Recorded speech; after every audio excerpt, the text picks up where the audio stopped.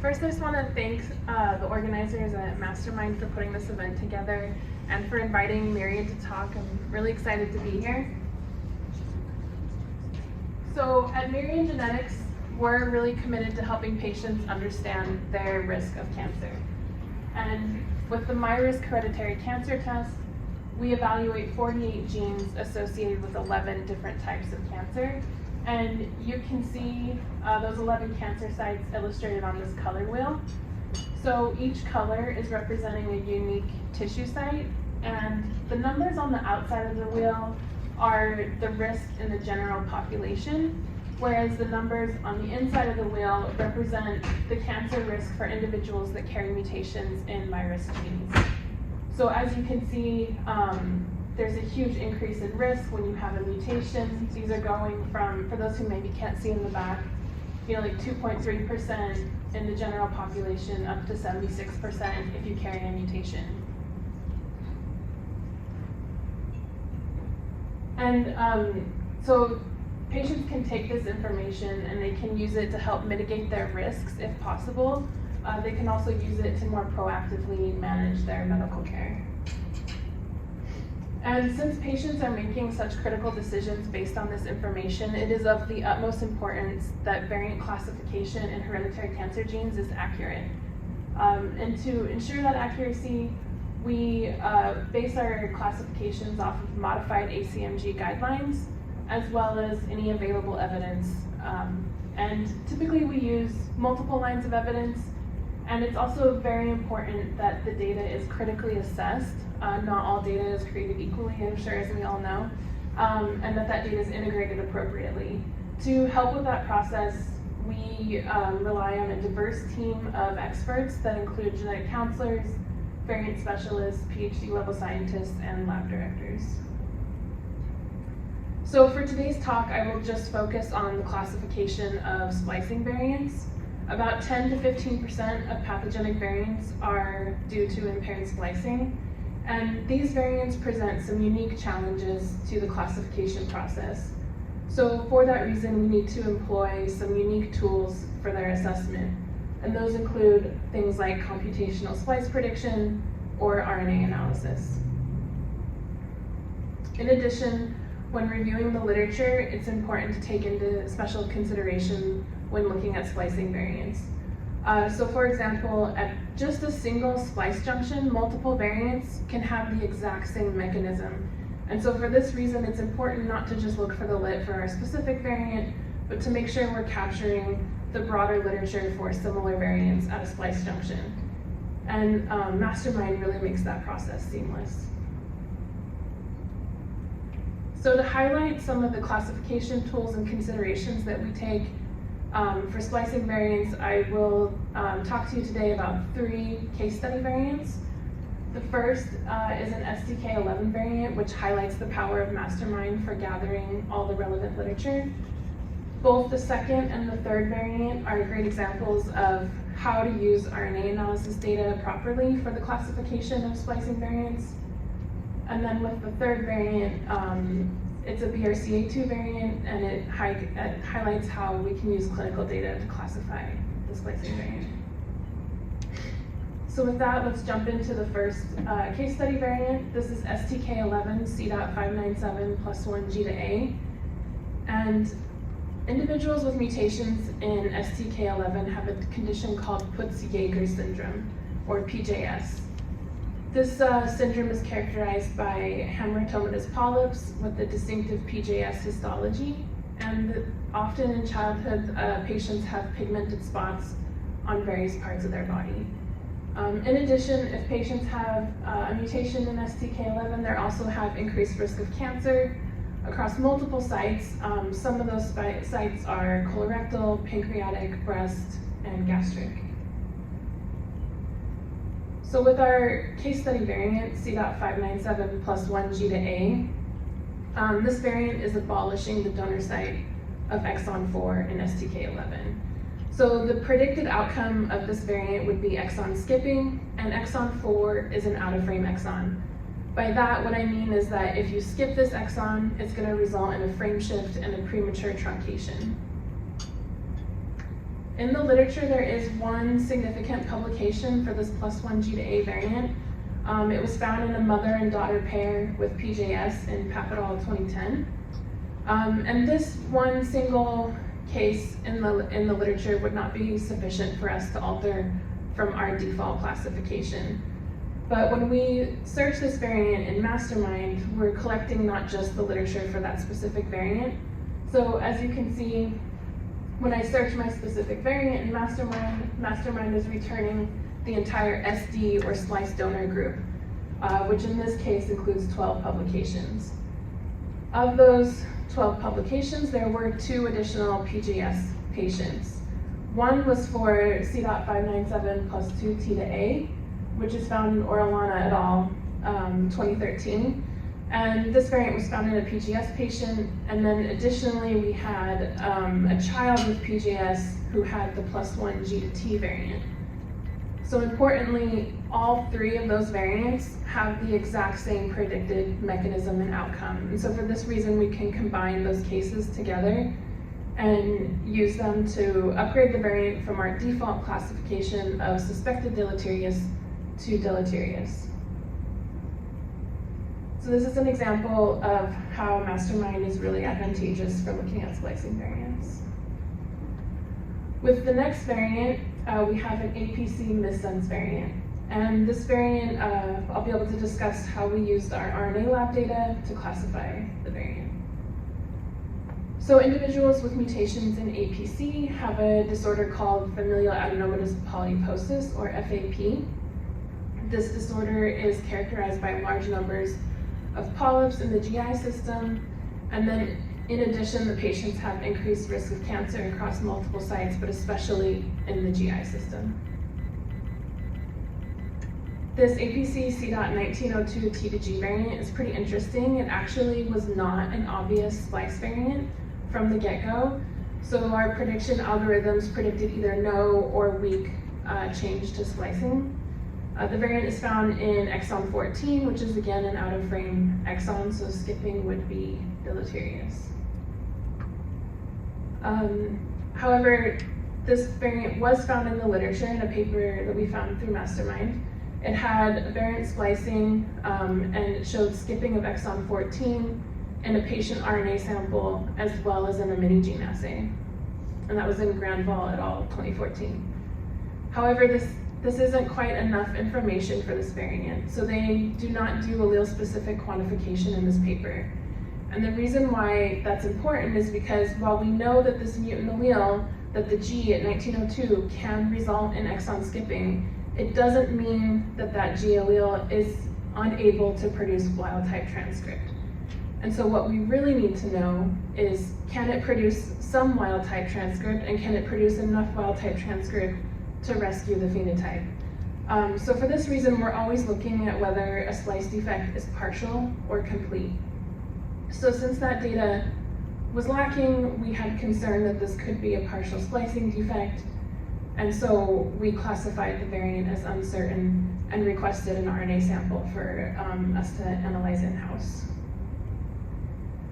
We did get a sample, and our in-house analysis confirmed what Granval et al. Saw, which is we again saw the skipping of exon 14, which we expected. But importantly, we were able to show that only 2% of the full-length transcript was being produced by the mutant allele. So the mutant allele is not at all efficient at creating wild-type transcript. So this means it has a near-complete splice defect. In addition, there were some supportive cases in the literature. So this variant was found in a Swedish FAP patient in Roland et al. 2016. Of note, it was found in cyst with another uncertain variant in that family. And then it was also found in a French FAP registry in Granval et al. 2014. And so taking both the strong RNA splice data together with the supportive cases in the literature, we were able to upgrade this classification from its previous uncertain up to suspected deleterious. For the third variant, BRCA2 C.426 -12 to 426 -8 del, This variant again showcases the importance of assessing complete versus partial splicing defect. And in the end, we were ultimately able to classify this variant based on clinical data instead of the splice data. So I'm sure, as many of you know, mutations in BRCA2 result in increased risk of breast and ovarian cancer. In addition, there are rare cases of biallelic loss of BRCA2, which may cause Fanconi anemia, or FA. So FA is typically diagnosed in childhood or adolescence, and it's characterized by physical abnormalities, stunted growth, progressive bone marrow failure, and early onset cancer. And this will become relevant in a couple slides when I talk about our clinical data. So this -12 to -8 del, it's a 5 base pair deletion at the acceptor site of exon 5. And it's basically disrupting the pyrimidine tract of the acceptor, which is predicted to severely weaken the acceptor. Exon 5 is again out of frame, so if this variant causes exon skipping, that effect would be pathogenic. There is actually multiple studies in the literature showing skipping of exon 5 for this variant, but in the interest of time, I'm just going to talk about one of the early studies, and that was a paper by Zhang et al. 2009. So they looked at RNA analysis of a patient sample, and they amplified across exons 3 to exon 7. And you can see when they did this, they saw 2 bands in the patient sample and just 1 band in the control. When they isolated that lower band in the patient and sequenced it, they were able to show that it was due to exon 5 skipping. But importantly, they took this another step further, which was a really great assessment of the variant. So they actually expanded the amplification window to exons 4 to 10. And the reason why they did this is because there was a heterozygous variant in exon 10. This means that although they can't track the mutant allele because it's in the intron, so it won't be apparent in the transcript, but they can use this heterozygous variant in exon 10 to track which is the mutant allele and which is the wild type allele. And so they cloned their RT-PCR products into vector and isolated different colonies. From that, they were able to isolate 10 colonies with exon 5 inclusion. So in other words, that's 10 colonies with normal splicing, wild type splicing. And from those 10 colonies, 6 had the wild type allele, and 4 of the colonies had the mutant allele. So in other words, this means that potentially 40% of wild type transcript is coming from the mutant allele. So strongly indicating a partial splicing defect that it should give pause with classification. So with that partial splicing defect, we classified this variant as uncertain.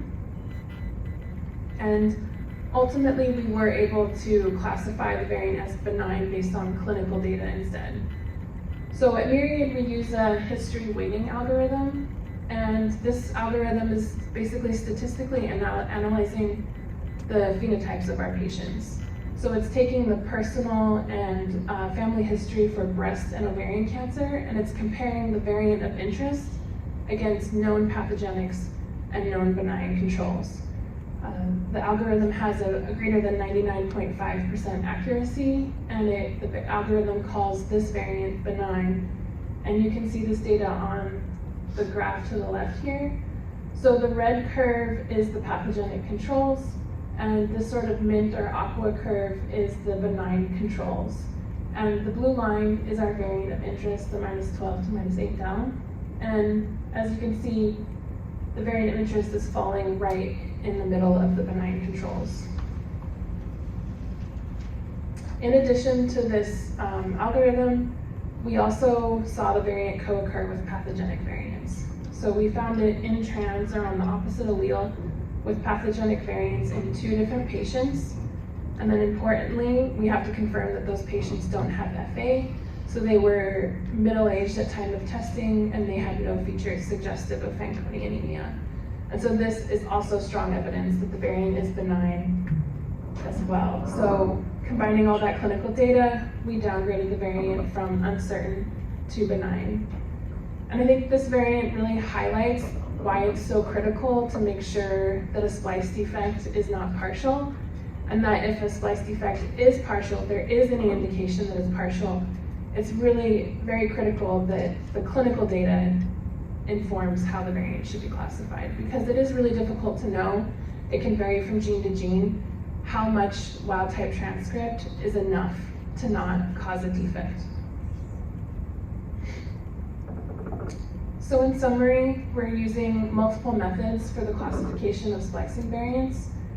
When looking at the literature, we really appreciate the benefits of using Mastermind for clustering the splice variants together. We also recommend caution when interpreting splicing data, since most publications do not determine whether a splice defect is partial or complete. In addition, we use clinical data such as clinical cases, our history weighting algorithm, co-occurrences, or segregation. And then we use splice prediction tools to basically select out variants of interest for further investigation.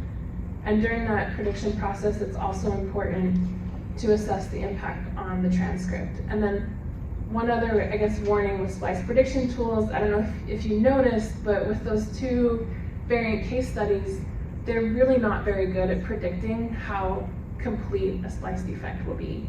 So we had our second APC variant, which had a near complete splice defect, and the tools were not really reliably predicting a strong loss of, or a strong splice defect. And then you contrast that with the third variant, the BRCA2 variant, where the algorithms were saying, hey, this is gonna cause a really severe defect, and in reality, it didn't. So these computational tools are great as a screening process, but they really don't help us know how severe the defect is actually gonna be. For RNA analysis, we use our internal Myriad RNA lab, and we also recommend using allele-specific quantification when appropriate. So with that, thank you all for your attention, and I'll open it up for questions.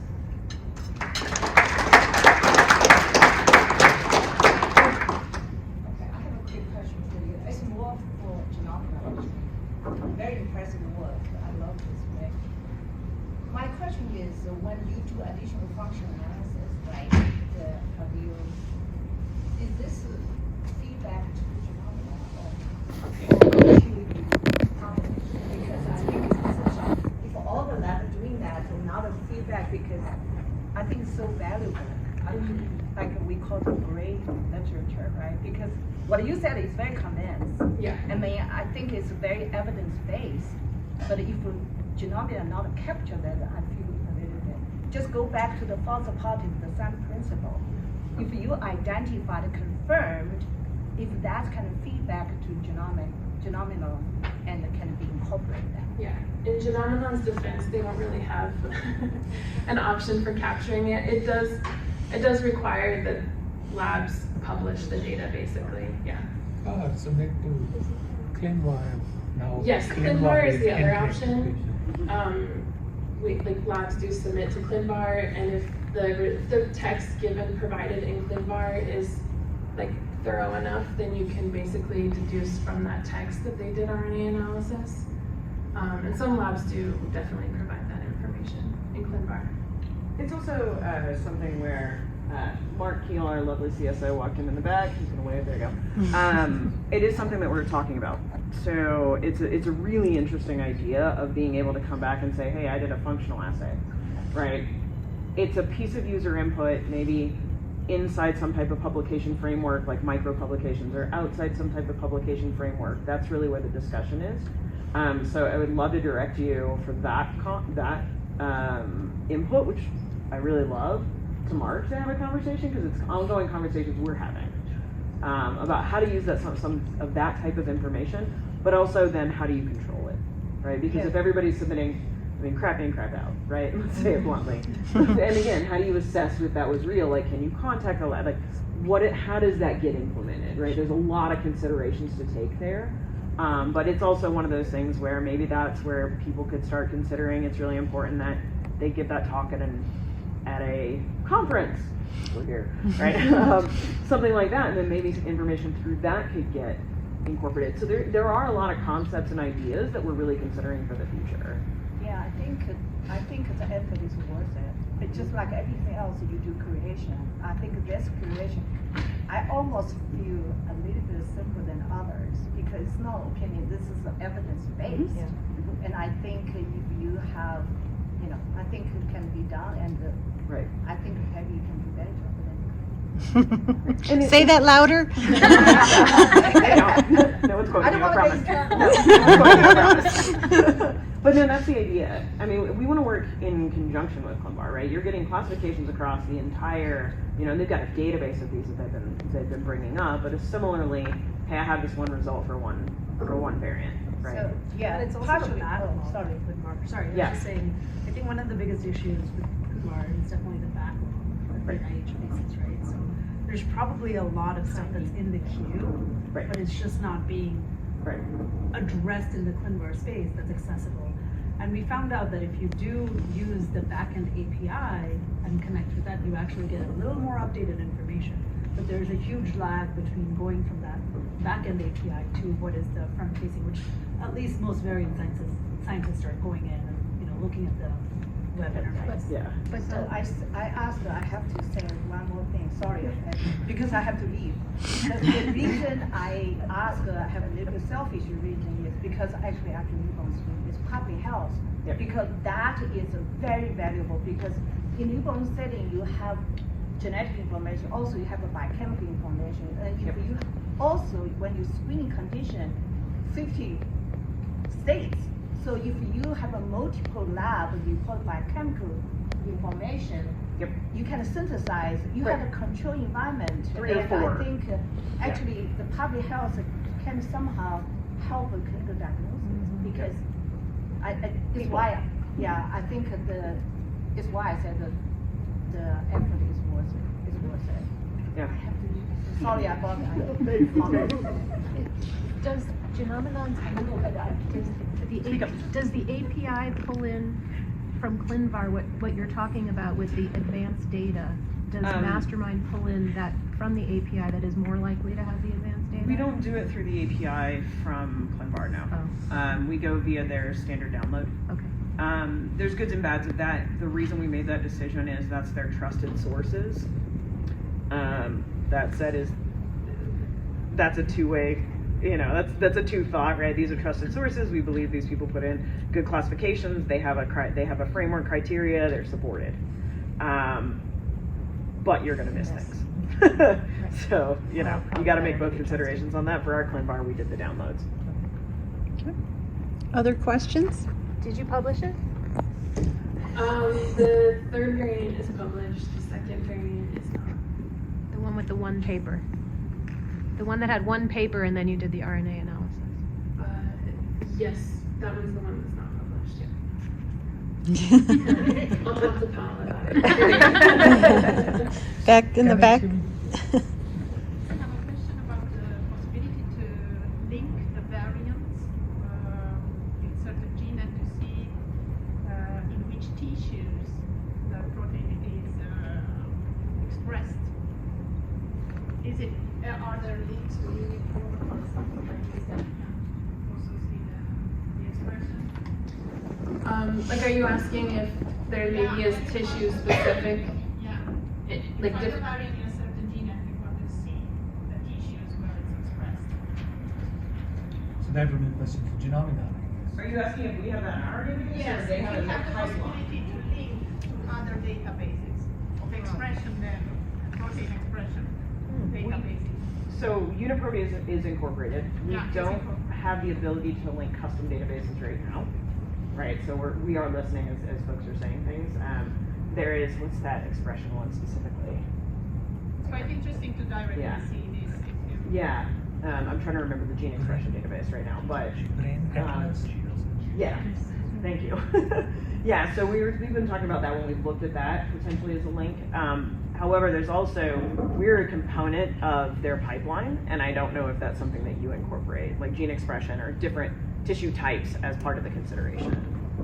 We've looked at it in the past in terms of looking at whether, because when we look at RNA data, we are looking at splicing from blood samples.